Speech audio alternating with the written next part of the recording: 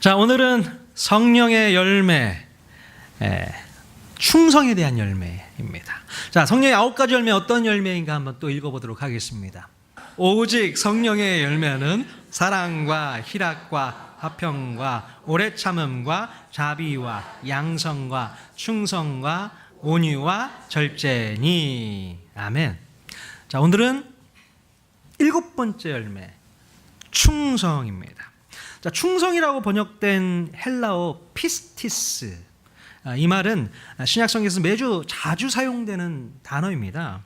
이 피스티스라는 단어는 거의 대부분 믿음이라는 말로 번역되어서 사용되어 있습니다. 그래서 이 충성이라는 말은 믿음직스럽다, 신실하다, 성실하다, 이런 의미를 가지고 있습니다.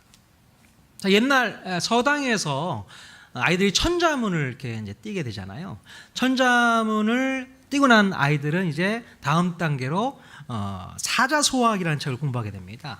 사자소학의 충효편에 나오면 어떤 말이 나오냐면요, 충즉진명이라는 말이 나옵니다. 자, 읽으실 수 있겠습니까? 충즉진명. 자, 이 유교에서 말하는 충성의 의미를 담고 있는 말인데요, 충성은 목숨을 다하는 것이다, 목숨까지 바친 일이다 라는 내용의 사자성어입니다. 자, 충즉진명에 관한 이야기를 좀 한번 해드리겠는데요, 어떤 나라의 한 임금이 누가 가장 충성스러운 신하인가 한번 테스트를 하고 싶었던 것 같아요. 그래서 신하들을 모아놓고 이런 질문을 합니다. 자, 만약에 임금인 나와 너희들의 아버지, 너희들 낳아준 아버지가 동시에 물에 빠졌다면 너희들은 누구를 먼저 구해줄 거냐라고 임금이 신하들을 모아놓고 얘기를 합니다. 자, 여러분들은 누구 먼저 구하시겠습니까? 물론 저도 아버지를 먼저 구해야 할 것 같습니다. 자, 그런데 임금 앞에 있는 신하들은요, 누구를 먼저 구한다고 했을까요? 임금을 먼저 구하겠습니다. 하나같이 다 그렇게 얘기를 하는 거예요. 임금님을 먼저 구해야죠. 자, 그런데 유독 한 신하만 이렇게 대답을 했다고 해요.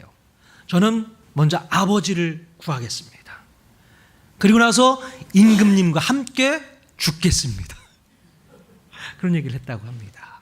자, 임금이 생각할 때 누가 가장 충성스러운 신하라고 생각했을까요?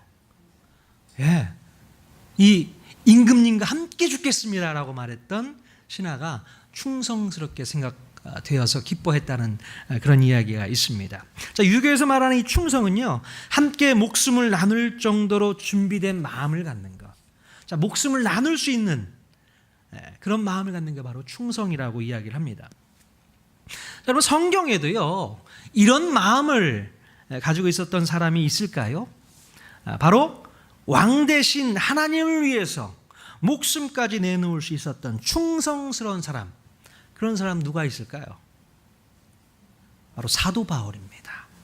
자, 신약성경에 보면요, 사도 바울이 하나님 보시기에 매우 충성된 사람이었던 것을 보게 되는데요, 사도행전 20장 24절 말씀 같이 한번 읽어보도록 하겠습니다. 시작. 내가 달의 복음을 전하는 일을 다시 하면 나의 생명조차 조금도 귀한 것으로 여기지 아니하노라. 아멘. 자, 사도 바울은 충즉진명을 마음에 담고 살았던 사람입니다. 자, 하나님을 향한 피스티스, 그 믿음이 있었기 때문에 하나님을 위해서 생명도 아끼지 않겠다라고 얘기를 하고 있는 것이죠. 자, 이런 마음을 가지고 살던 바울이요, 이제 로마 제국에 의해서 순교해야 하는 시간이 임박해 오면서 믿음의 아들 디모데에게 유언처럼 했던 말씀이 오늘 우리가 읽은 본문의 말씀입니다. 자, 디모데후서 2장 2절 말씀 같이 한번 또 읽어보겠습니다. 시작. 또 내가 많은 증인 앞에서 내게 들은 바를 충성된 사람들에게 부탁하라. 그들이 또 다른 사람들을 가르칠 수 있으리라. 자, 마지막 유언 같은 말을 믿음의 아들 디모데에게 이야기하고 있는데 무슨 얘기를 하고 있냐면요, 이렇게 디모데에게 권면하고 있습니다. 바로 하나님 나라를 위한 나의 충성도, 바로 사도 바울의 충성도죠. 그 충성도를 다른 사람들에게 알리고 가르쳐 달라는 겁니다. 그러니까 내가 하나님을 위해서 어떻게 살아왔고 어떻게 죽어갔는지를 사람들에게 알려달라는 것이죠. 자, 그러나 그것을 아무에게나 가르칠 것이 아니라 충성된 사람들에게 부탁해달라는 거예요. 충성된 사람들에게. 자, 왜 충성된 사람들에게 부탁하라고 했을까요? 왜냐하면 충성된 사람들이 바로 또 다른 사람들을 가르쳐야 했기 때문에 그렇게 부탁하고 있는 것입니다. 자, 예수 믿는 사람이 하나님 앞에 충성되지 않으면 그가 가르치는 믿음과 신앙은 사람들에게 제대로 흘러가지 않기 때문에 그렇습니다. 그러니까 오로지 하나님을 위해서 내 목숨도 아깝지 않다고 마음을 먹은 사람들만이 또 다른 사람들에게 하나님 나라에 대한 그런 충성을 가르칠 수 있다는 것입니다. 자, 그렇다면 나는 하나님을 위해서, 하나님의 나라를 위해서 내 목숨을 바칠 수 있을까? 어떻습니까? 나는 정말 주님을 위해서 목숨을 바칠 수 있는 실력이 있는지 스스로 한번 물어보셨으면 좋겠습니다. 하나님 나라를 위해서 내 목숨 바칠 수 있을까? 여러분, 저는 정말 주님을 위해서 목숨을 바칠 각오가 되어 있을까요? 아멘. 우리 집사님 혼자만 믿음으로 아멘 하셨네요? 예, 당근이죠. 자, 이 정도의 각오 없이 어떻게 교회를 개척하고 목회를 할 수 있겠습니까? 이 정도 각오는 제가 하고 싶어서 한 게 아니라 하나님께서 하게 만드셨다는 거 여러분 아셨으면 좋겠어요. 제가 늘 간증했지만 1월 달에 큰 사고 한번 있었다는 거 아시죠? 물론 그것으로 인해서 제가 크게 부서지진 않았지만 고속도로에서 있었던 그 사고로 인해서 다시 한번 제가 태어나는 것을 경험했다고 말씀드렸잖아요. 예, 제 목숨을 쥐고 있는 것이 누구라고요? 바로 하나님인 겁니다. 우리 하나님께서 제 목숨을 쥐고 흔드세요. 너를 죽일 수도 있고 내가 살릴 수도 있어. 그런 하나님의 음성을 듣고 나니까 제 목숨이 제 게 아닌 거예요. 그때부터 주님 겁니다. 그러니까 주님을 위해서 헌신되도록 만드시고 교회 개척하고 하나님을 섬길 수 있도록 저를 이렇게 여기까지 이끌어 주셨다는 것입니다. 그러니까 저는 주님을 위해서 아예 목숨을 바칠 준비와 각오를 하고 덤벼드는 것이죠. 여러분 믿으십니까? 아멘 해주시길 바랍니다. 자, 그래서 이제 저에게 맡겨진 사명이 무엇일까? 저에게 맡겨진 사명은 뭘까? 그것은 바로 뭐냐면 나 혼자 죽을 수는 없다. 나 혼자 죽을 수는 없다. 모두가 주님을 위해서 함께 죽을 수 있는 수준까지 올려주는 것, 그런 실력을 갖출 수 있도록 하는 게 제 사명이라고 저는 생각합니다. 죄송해요. 어떻게 저만 죽을 수 있습니까? 같이, 우리 모두가 같이 주님 나라를 위해서, 주님을 위해서 함께 죽을 수 있는 그 수준까지 올리는 것, 그게 저의 사명인 줄로 믿습니다. 저 혼자 안 죽겠다는 얘기예요. 네, 같이 가는 겁니다. 또한 여러분들 모두에게 하나님을 위한 충성도를 높여드리는 것이 저의 사명인 줄로 믿습니다. 주님을 위해서 충성도를 높일 수 있는 바로 이 시간이 될 수 있기를 주님의 이름으로 간절히 축원드립니다. 자, 그럼 우리가 어떻게 해야 하나님을 향한 충성도를 높일 수 있을까? 사도 바울은 세 가지 비유를 들어서 이 디모데에게 설명하고 있습니다. 어떤 비유일까요? 자, 첫 번째로 충성된 자의 특징은 하나님을 기쁘시게 하는 사람이라는 겁니다. 자, 4절 말씀 또 한번 읽어보겠습니다. 같이 읽겠습니다. 시작. 병사로 복무하는 자는 자기 생활에 얽매이는 자가 하나도 없나니 이는 병사로 모집한 자를 기쁘게 하려 함이라. 아멘. 자, 바로 하나님 앞에서 충성된 사람은요, 자기를 기쁘게 하는 사람이 아니라 누구를 기쁘게 한다고요? 하나님을 기쁘게 하는 사람들인 거예요. 하나님을 기쁘게 하는 거예요. 우리가 이 자리에 나와서 예배하는 것도 누구를 기쁘게 하기 위해서요? 하나님을 기쁘시게 해드리는 겁니다. 그러니까 예배의 생각을 우리가 바꿔야 됩니다. 내가 예배 가서 뭘 얻고 올 수 있을까? 어떤 은혜를 경험하고 올 수 있을까? 그것에 초점을 맞추는 것이 아니라 어떻게 하면 하나님을 기쁘시게 해드릴까? 어떻게 하면 하나님을 흡족하게 해드릴 수 있을까? 그것이 우리 예배의 목표가 되어야 되는 줄로 믿습니다. 예, 하나님을 어떻게 하면 기쁘시게 해드릴 수 있을까? 자, 원래 군인은요, 군대에 들어간 이후부터는 지휘관의 명령에 따라 순종해야 합니다. 자, 모집된 순간부터 나에게 주어진 자유가 있어요, 없어요? 없습니다. 내가 먹고 싶을 때 먹고 자고 싶을 때 자고 쉬고 싶을 때 쉴 수 없다는 겁니다. 무조건 정해져 있는 규칙과 계획 속에서 지휘관의 명령에 따라 움직여야 한다는 것입니다. 자, 마찬가지로 하나님의 군사로서 우리를 모집한 분의 목적을 위해서 우리는 함께 생활하고 함께 훈련받고 함께 싸운 일에 우리는 부름받은 하나님의 백성인 줄로 믿습니다.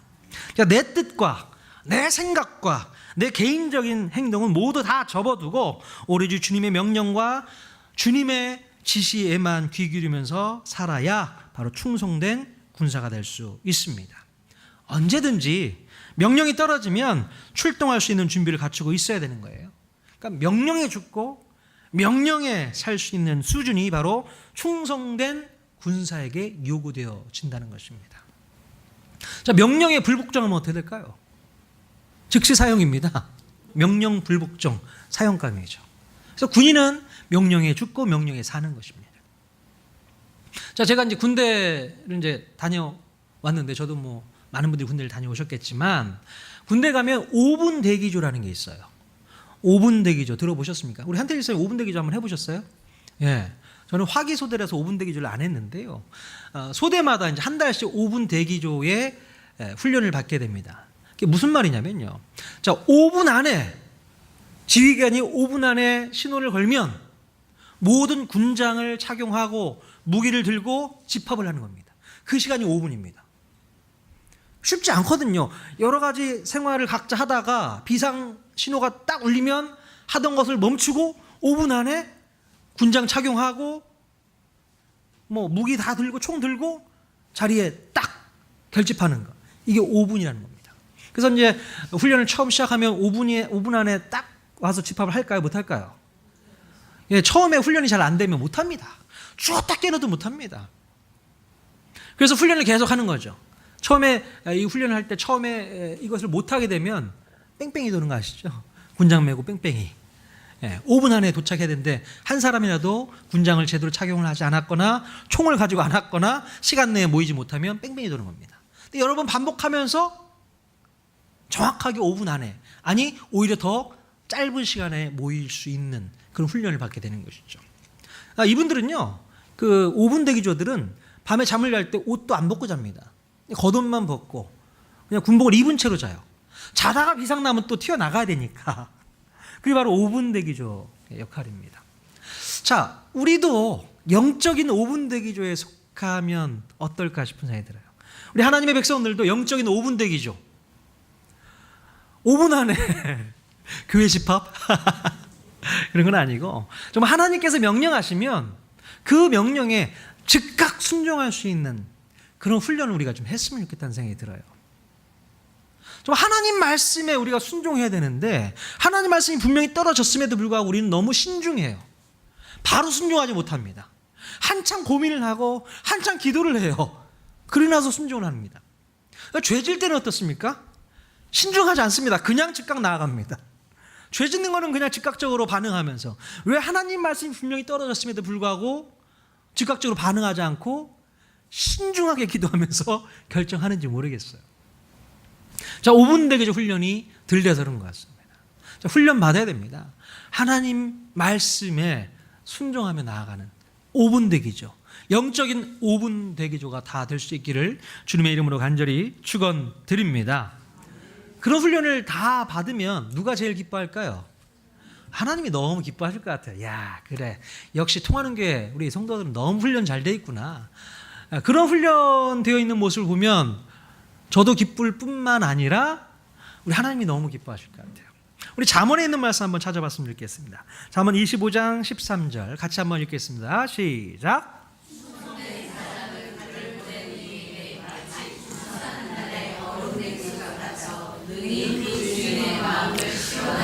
예, 충성된 사자, 무더운 여름날 얼음 냉수같이 하나님의 마음을 시원하게 하는 충성된 군사의 모습을 표현하고 있죠.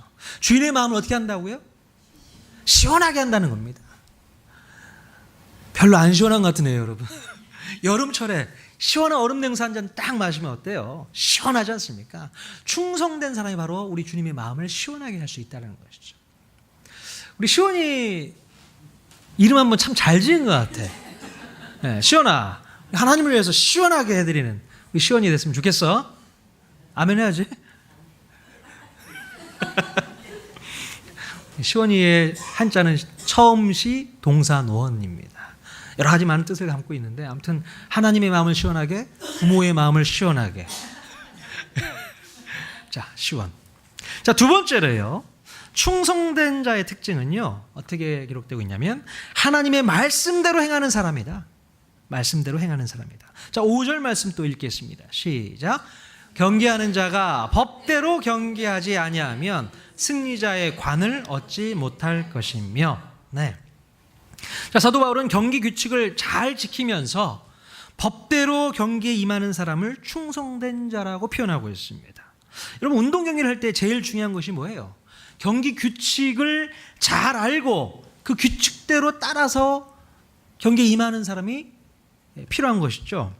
그러니까 경기의 정확한 규칙도 모르고 경기를 한다면 어떻게 될까요? 퇴장당하거나 실격할 확률이 높습니다. 우리 김재일 집사님 탁구를 하다가 공만 저쪽으로 넘기면 다 되는 거 아니지 않습니까? 탁구에도 규정과 규칙이 있습니까? 네, 분명히 있겠죠. 그 규칙을 제대로 지키지 않으면 아무리 공을 잘 넘긴다 하더라도 규칙에서 벗어나면 실격입니다. 퇴장을 당해야 되는 것이죠.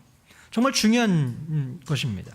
자, 마찬가지로 하나님 말씀, 하나님께서 정하신 그 원리와 원칙대로 살아가는 사람, 바로 이런 사람이 하나님 앞에서 충성된 사람인 것을 우리가 분명히 깨달아야 될 줄로 믿습니다.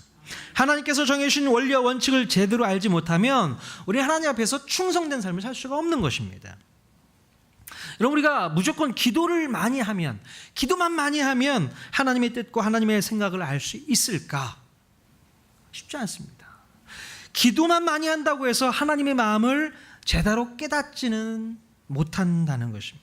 일단 우선되어야 될 것이 성경에 기록되어 있는 하나님의 마음부터 체크해야 되는 거죠.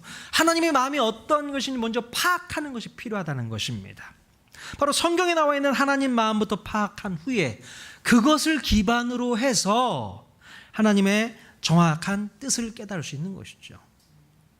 그러니까 기도를 하기 전에 먼저 하나님 말씀을 우리가 알고 그 말씀을 가지고 기도하면 정확한 하나님의 뜻을 우리가 깨달을 수 있고 배울 수 있는 줄로 믿습니다. 그러니까 말씀에 기반을 두고 있어야 되는 거예요. 무조건 기도만 한다고 해서 하나님께서 분명한 뜻을 가르치느냐? 그렇지 않다는 겁니다. 그러니까 잘못 알고 있는 분들이 계세요. 기도하면 하나님께서 뜻을 알려주시고 보여주신다? 물론 당연히 그렇게 해주시죠. 근데 기도를 하다 보면 내 뜻을 하나님 뜻에 맞추기보다는 하나님의 뜻을 내 뜻으로 맞추려고 하는 경향이 있습니다. 그리고 하나님께서 나에게 내 기도에 응답해 주셨다. 그 응답한 거 가지고 순종을 했는데 끝까지 밀고 나가야 되잖아요. 순종한 대로. 근데 시간이 지나면서 또 바뀝니다. 행동이 바뀌어요. 내 환경이 바뀌고 상황이 바뀌니까 하나님께서 명령하신 대로 가지 않고 또 다시 기도하면서 하나님의 뜻을 바꾸려고 노력을 합니다. 하나님의 뜻이 이랬다 저랬다 하는 겁니까? 아니면 내가 이랬다 저랬다 하는 거예요? 내가 이랬다 저랬다 하는 거예요. 기도라는 것을 빌미 삼아서 하나님이 이렇게 말씀하셨어 라고 말씀하셨다면 끝까지 밀고 나가야 되는 거 아니겠습니까? 근데 상황이 바뀌고 환경이 바뀌고 여러 가지 형편이 안 좋으니까 기도를 싹 바꾸는 거예요. 그래서 하나님께서 다시 나에게 이렇게 말씀해 주셨어 라고 또 다른 방향의 이야기를 가지고 기도하는 겁니다. 말도 안 되는 거죠. 그러니까 기도는 하나님 말씀에 먼저 기반해서 기도해야 되는 줄로 믿습니다. 통성경학을 하다 보면요, 기도 훈련을 하게 되는데 말씀에 근거한 기도를 하게 되잖아요. 예전에 성경에 있는 믿음의 선배들은 어떤 기도를 했나 살펴봤을 때에 그냥 무조건 자기의 뜻을 위한 기도만 하지 않고요, 성경에 있는 말씀 그 문건들을 기본으로 삼아서 기초 삼아서 그걸 가지고 하나님께 나아가는 그런 실력이 있었어요. 또 우리의 모습도 바로 그런 실력이 분명히 있어야 될 줄로 믿습니다. 제가 지난주에 카톡방에 그 그 여만소 원장님의 동성애와 에이즈라는 강의를 올려드렸잖아요. 한번 보셨습니까? 보신 분들은 며칠 동안 밥맛이 뚝 떨어졌을 텐데. 자, 요즘에 동성애는 죄입니다. 또 동성애는 하나님의 원칙을 거스르는 행위입니다라고 말을 하면 도무지 그것을 인정하지 않는 사람들이 많아졌습니다. 물론 어린 청소년들에게 이런 얘기를 하면요, 뭐가 잘못된 것인지 전혀 이해를 못하고 있어요. 자, 일단 성경에 분명히 기록되어 있는 것을 내 눈으로 직접 봐야 됩니다. 성경 통독하신 분들, 레위기 읽으면서 동성애가 하나님 보시기에 나쁜 거다, 죄다, 혐오스러운 거다 라고 기록되어 있는 거 보셨습니까? 자, 분명히 성경에 이렇게 기록되어 있어요. 레위기법이에요. 자, 그래서 동성애는 하나님께서 혐오하시는, 아주 싫어하시는 죄의 모습이라는 것을 우리가 분명히 깨닫고 가야 되는 겁니다. 요즘에 TV를 보거나 뭐 영화를 봤을 때에 어떤 내용이 나오냐면 동성애를 은연중에 인정하고 그것을 미화하는 그런 영화나 드라마가 있습니다. 자, 그래서 사람들이 그런 영화나 드라마를 접하게 되면서 동성애에 대한 그런 어떤 혐오가 조금씩 사라지는 것을 보게 됩니다. 아, 저렇게 할 수도 있는 거구나. 아, 괜찮네. 보기 좋네. 훈훈하네. 오히려 감동이 있네.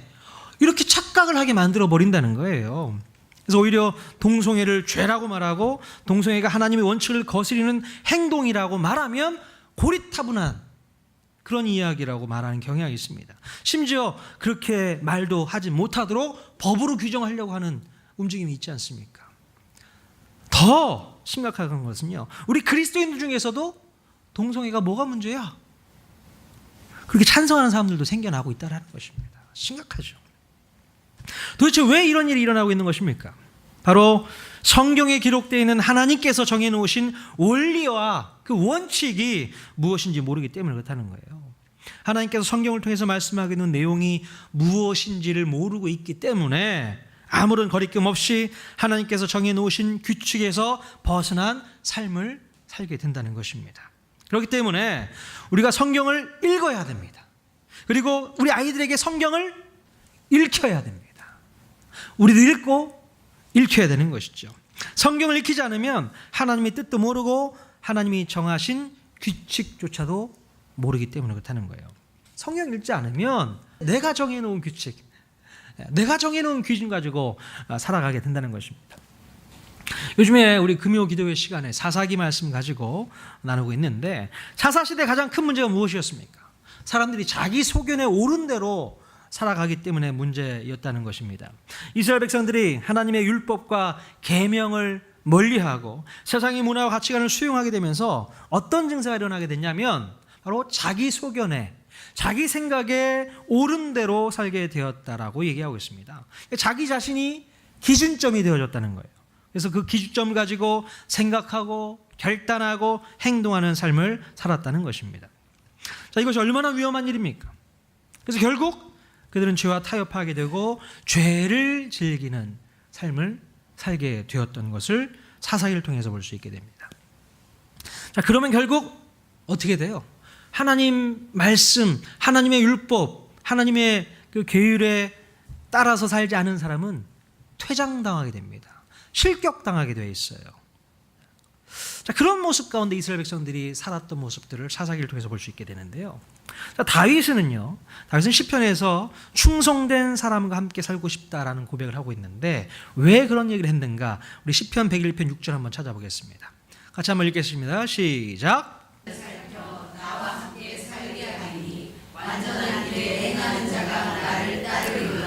예, 다윗은요 충성된 자를 뭐라고 표현하고 있어요? 바로 완전한 길에 행하는 자. 예. 완전한 길에 행한다는 것은 바로 하나님의 율법과 계명을 지키고 순종하는 것을 말합니다. 그러니까 바로 충성된 사람은 하나님 말씀을 잘 읽고 깨달아서 완전한 길에서 자유롭게 행할 수 있는 사람. 그 사람이 바로 충성된 사람인 것을 믿을 수 있기를 바랍니다. 자, 세 번째로요. 충성된 자의 특징. 바로 뭐라고 말씀드릴 수 있냐면 맡겨진 사명에 최선을 다한 사람. 이 사람이 바로 충성된 자의 특징을 말하고 있습니다. 자, 6절 말씀 보십시오. 같이 한번 또 읽겠습니다. 시작. 수고하는 농부가 곡식을 먼저 받는 것이 마땅하니라. 자, 바로 농부의 비유를 들고 있는데요. 바로 농부가 가을의 수확을 위해서 봄부터 수고하고 애쓰는 것을 충성에 비유하고 있습니다. 자, 농산일은 충성스러운 농부가 아니고서는 풍성한 수확을 거둘 수가 없습니다. 농부가 흘린 땀의 양만큼 땅이 그에게 보답을 하듯이 우리의 믿음도 마찬가지라는 겁니다. 우리가 성경을 읽은 만큼, 우리가 기도를 한 만큼, 또 우리가 헌신하고 희생한 만큼 우리의 믿음과 신앙은 자라게 되고 또 풍성한 수확을 거둘 수 있다는 것입니다. 자, 농부는 자기 자신에게 맡겨진 사명을 잘 감당했을 때에 풍성한 수확을 얻게 되듯이 우리도 우리에게 맡겨진 작은 일부터 충성을 다할 그때에 마침내 큰 일을 이룰 수 있게 된다는 것입니다. 자, 하나님께서 우리에게 맡겨주신 사명들이 많이 있는데 그 사명 가운데 가장 중요한 사명 있다면 어떤 사명이 있을까요? 바로 복음을 증거하는 사명이 아닐까 싶습니다. 복음 증거하는 사명. 이번 주에도 한 2분 정도가 평일날 나와서 전도를 하셨습니다. 어제 특별히 나오신 분은 저한테 전화가 왔어요. 목사님, 전도지하고 물티슈 붙여놓은 거 있잖아요. 그거를 문 앞에다가 놔두시면 언제든지 와서 제가 가져가서 전도하겠습니다. 저희 교회뿐 아니세요. 통하는 교회뿐 아니시고 다른 교회뿐이신데 그분이 오셔가지고 저도 몰래 그것을 가지고 가셔서 이 샛별 아파트에 가셔서 복음을 오랜 시간 동안 전하고 가셨습니다. 문자가 하나 딱 왔습니다. 목사님, 제가 이렇게 복음을 전했는데 이 전단지를 받은 모든 분들이 예수 믿고 구원받을 수 있도록 기도해 주십시오 라고 저한테 문자를 주셨어요. 너무 감사했습니다. 통하는 교회를 위해서 전도를 한 것도 있겠지만 그분은요, 하나님 나라를 위해서 복음 증거하는 일에 최선을 다한 것입니다. 전단지 하나 나눠주는 거 어떻게 보면 하찮은 일일 수 있습니다. 어제도 제가 지나가다가 우리 아이가 밑에서 뭘 주워요. 보니까 통하는 교회 전단지 물티슈까지 있어요. 웬만하면 물티슈를 가지고 전단지만 버릴 수 있는 건데 그냥 다 버렸어요, 하나가. 그래서 그래, 뭐 이 정도쯤이야 하고 왔는데요. 어쩌면 세상 사람들이 볼 때 하찮게 생각하는 게 전단지 나눠주는 거예요. 제가 점심 때 이제 전단지 가끔 나눠줘요. 그 전도지를 나눠주는데 저쪽에 이제 정부청사에서 이제 내려오는 사거리에서 이제 신호등이 딱 바뀌면 우르르 사람들이 몰려옵니다. 그래서 제가 그때 막 전도지 나눠주면서 예수 믿으시라고 하고 식사 맛있게 하시라고 하면서 전단지를 나눠주는데요. 근데 그 자리에 한 분, 두 분, 어떤 분들이 이렇게 모여 있는 거예요. 알고 봤더니 무슨 헬스장 광고하시는 분들, 어떤 할머니께서 전단지 이만큼 갖고 와서 나눠주는 겁니다. 그러면서 저를 보면서 살짝 눈웃음을 치면서 인사를 해요. 같은 업계에 봉사하는 사람이다라고 생각을 했던 것 같습니다. 그러니까 나도 전단지를 나눠주고 저분 목사인지 모르니까 저분도 뭘 나눠주는구나 웃으면서 저한테 얘기를 하는 겁니다. 예, 저도 이제 반갑게 인사를 하죠. 그러면서 이 복음 전도지가 저런 전단지와 같은 저기는 아니잖아요. 그래서 그냥 전도하다 말고 빠져나왔어요. 딴 데로 가서 전도해야겠다 싶어가지고. 왜냐하면 사람들이 막 뭘 이렇게 주니까 받다가도 이걸 귀찮아해요. 그래서 그냥 받지 않고 가는 분도 있고 해서 다른 곳을 옮겨서 이제 전도지를 나눠주고는 했습니다. 아무튼 어떻게 보면 작은 일일 수 있고 세상 사람이 볼 때 하찮은 일일 수 있고 오히려 욕을 먹을 수 있는 그런 일인데도 불구하고 그런 일들을 우리가 하나하나 해 나갈 때에 작은 일, 그런 일 가운데 하나님께서 우리에게 큰 은혜를 주신다는 걸 분명히 알았으면 좋겠습니다. 자, 나에게 맡겨진 사명이요, 사람들의 눈에 띄지 않거나 뭐 대단한 일이 아니라 할지라도 작은 일에 최선을 다하고 충성을 다하는 사람이 바로 하나님 앞에 충성된 사람이라고 말할 수 있습니다. 자, 누가복음 16장 10절 말씀 같이 한번 또 읽겠습니다. 시작. 큰 것에도 충성되고 지극히 작은 것에 불의한 자는 큰 것에도 불의하니라. 네, 여러분, 지극히 작은 일에 충성된 사람은 떡잎부터 알아본다고요. 그 사람은 당연히 큰 일을 맡겨줘도 잘할 수 있는 사람이라는 것을 믿습니다. 그러나 작은 일에는 관심도 없고 게으르고 남에게만 떠넘기고자 하는 사람은요, 절대로 큰 일 맡겨주지 못합니다. 작은 일도 못하는데 어떻게 큰 일을 할 수 있겠습니까? 이따가 한번 볼 거예요. 청소할 때 어떻게 청소하는 걸 보면 저 사람 참 꼼꼼하기 때문에 큰 일을 맡겨줘도 잘할 수 있겠다. 저는 좀 대충대충 하는 스타일이거든요.